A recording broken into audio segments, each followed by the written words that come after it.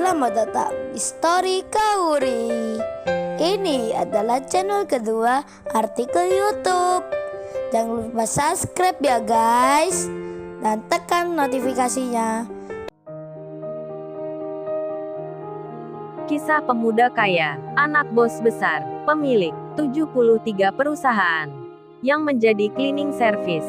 Episode 672. Paijo yang menyebut nama Arnold membuat Niken dan Rena merasa mengenalnya, apalagi disebutkan kalau ayahnya itu bernama Pak Jayadi. Niken jadi yakin sekali akan perkataan Paijo yang tak main-main, menyebut mereka akan balas dendam ke Kenshin karena masalah perjodohan kemarin. Kenshin membuka kedoknya si Arnold. Iwan pun sampai geram dibuatnya. Tak kapok-kapoknya si Arnold itu.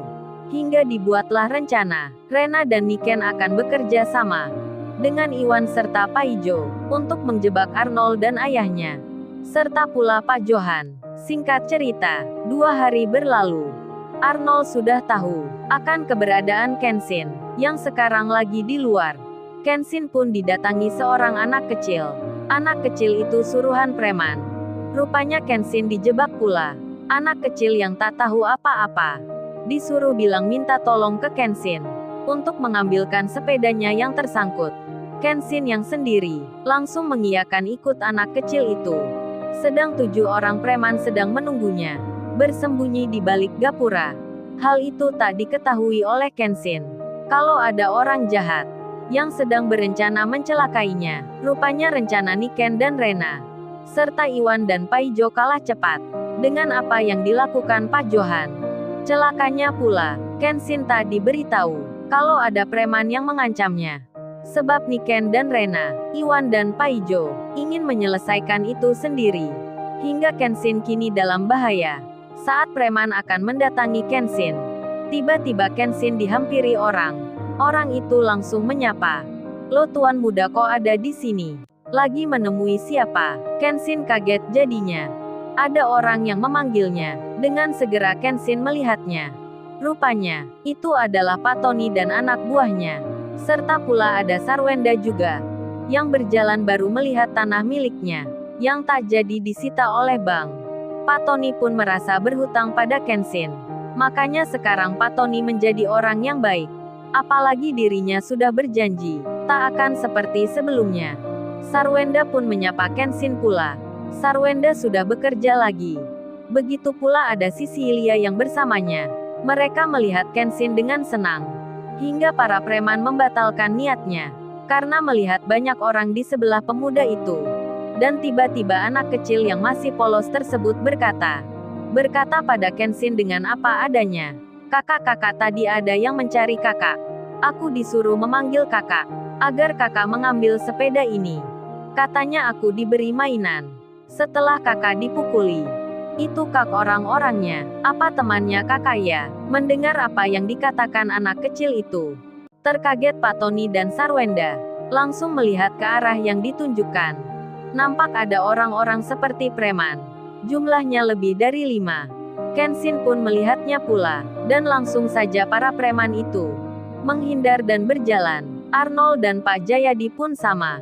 Dari jauh mereka segera sembunyi karena khawatir diketahui. Sedang Pak Johan tak ada di situ. Pak Tony pun segera bicara. "Tuan muda, ada orang jahat sedang mengincar Anda. Apa tuan muda ada masalah dengan orang?" Pak Tony meski bukan anak buah bos besar. Pak Tony memanggil Kenshin dengan sebutan tuan muda. Karena tempo hari Pak Tony melihat sendiri Kenshin yang memimpin banyak perusahaan. Terlebih Kenshin sudah baik memberi pekerjaan. Jadinya Pak Tony teringat hal itu. Kenshin yang ditanya lantas bicara, "Oh, ini pun saya baru melihatnya. Saya pun tak tahu siapa orang yang menyuruhnya." Pak Tony pun lantas berkata, "Kalau gitu tuan muda jangan pulang sendiri. Biar kami yang menemani." Sarwenda pun ikut bicara, "Iya mas, itu benar. Jangan sampai terjadi hal yang tak diinginkan. Nanti kita yang merasa bersalah." Sisilia pun sama, berkata pula dirinya. "Iya mas, benar kata Sarwenda ini. Ini saya sempat merekamnya. Wajah mereka begitu jelasnya. Apa perlu kita laporkan ke polisi?" Pak Tony pun menyela, "Jangan dulu dilaporkan. Karena kita tak ada buktinya. Jadi kita cari informasi dahulu. Baru nanti langsung bertindak. Waduh, kok begini ceritanya? Kini Kenshin diperhatikan oleh orang yang kemarin menghinanya, yang kemarin meremehkannya. Bahkan mereka yang akan mengusirnya. Sekarang jadi berbalik 180 derajat. Pak Tony dan anak buahnya, serta Sarwenda dan Sisilia, kini menjadi ingin melindungi Kenshin. Terutama Sarwenda, yang punya alasan lainnya, entah itu soal perasaan, atau hal yang rahasia. Yang jelas Sarwenda menaruh perhatian pada Kenshin. Kenshin pun lalu bertanya pada anak kecil itu, "Oh ya, adiknya rumahnya di mana? Nanti kakak berikan mainan, mau mobil-mobilan atau pesawat terbang?" Anak kecil itu menjawabnya, "Oh itu kak, saya mau mobil-mobilan dan pesawat terbangnya." Kenshin menyahutnya, "Oh jadi adiknya minta keduanya. Baik, nanti kakak belikan, nanti kakak akan kirimkan." Anak kecil itu pun langsung menjawabnya, dengan bersuka citanya. Berteriak dengan kata, "Hore, hore," padahal juga belum dapat mainannya. Tapi anak kecil itu sudah merayakan. Kemudian Kenshin mengantar sampai ke rumahnya. Pak Tony dan lainnya pun ikut pula.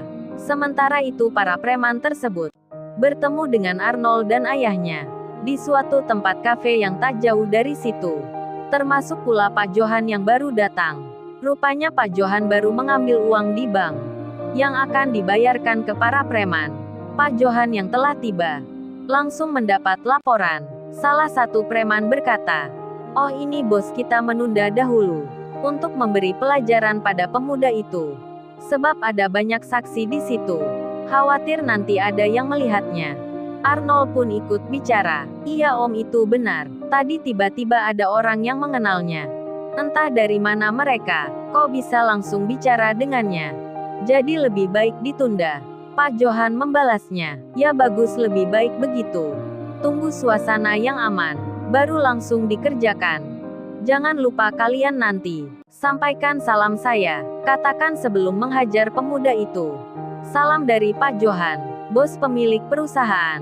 Pasti dia bingung, tak tahu, tak mengenal saya. Biar saja begitu, biar dia kebingungan." Para preman pun menjawabnya, "Baik bos, siap, saya akan kerjakan." Di tengah itu pemilik kafe sedang berjalan lagi akan menemui pelanggan. Secara tak sengaja, Pak Johan itu malah bertanya ke Arnold, "Oh ya Arnold, saya lupa. Memangnya siapa nama pemuda yang akan diberi pelajaran itu? Yang tadi kita akan hajar tersebut?" Arnold menjawabnya, "Oh itu om, namanya Kenshin." "Ya, dia bernama Kenshin. Seseorang yang kurang ajar, yang sudah menghancurkan rencana saya. Bapaknya Pak Jayadi pun sama." Berkata pula, "Iya itu Johan. Namanya Kenshin." Pak Johan pun belum mengenal Kenshin itu siapa. Hingga Pak Johan berkata, "Jadi pemuda itu bernama Kenshin. Yang katamu Arnold disebut tuan muda. Tuan muda jadi-jadian maksudnya. Yang pandai sandiwara sudah menipumu Arnold. Kalau gitu nanti sebelum menghajarnya, panggil dia tuan muda Kenshin. Setelah itu baru kalian pukuli wajahnya."